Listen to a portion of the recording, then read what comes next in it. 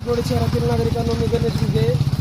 या 2 दिवसामध्ये जी काय अतिवृष्टी झालेली आहे, या अतिवृष्टीमुळे कुर्डवाडी शहरातील बऱ्याचशा भागामध्ये लोकांच्या घरामध्ये पाणी शिरलेलं आहे. त्यामध्ये प्रामुख्याने गोलचाळा चाळा असेल, नेहरू नगर असेल, नालसापोली नगर असेल, करमाड रोडचा भाग असेल, चौधरी वस्ती असेल, आवतडे वसाहत, शिवप्रतिष्ठान नगर आणि त्याबरोबर पंचशील नगर हे प्रमुख भाग आहेत, ज्या ठिकाणी नागरिकांच्या घरामध्ये पाणी शिरलेलं आहे आणि दैनंदिन जीवन जगणे कठीण झालेलं आहे.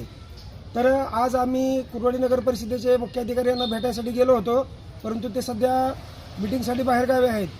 त्या ठिकाणी उपस्थित असलेल्या संबंधित अधिकाऱ्यांना याबाबत माहिती दिलेली आहे आणि पंचनामे करण्याची मागणी केलेली आहे. तसेच प्रांताधिकारी कार्यालय या ठिकाणी आत्ता आम्ही एवढ्यातच नुकतेच निवेदन दिलेले आहे आणि त्यांना विनंती केलेली आहे की ज्या पण घरामध्ये नुकसान झालेलं आहे या पावसाच्या पाण्यामुळे, तर त्या ठिकाणी आपण तत्काळ यावे आणि पंचनामे करून संबंधित लोकांना जे काय शासनामार्फत होईल ते नुकसान भरपाई देण्याची व्यवस्था करावी.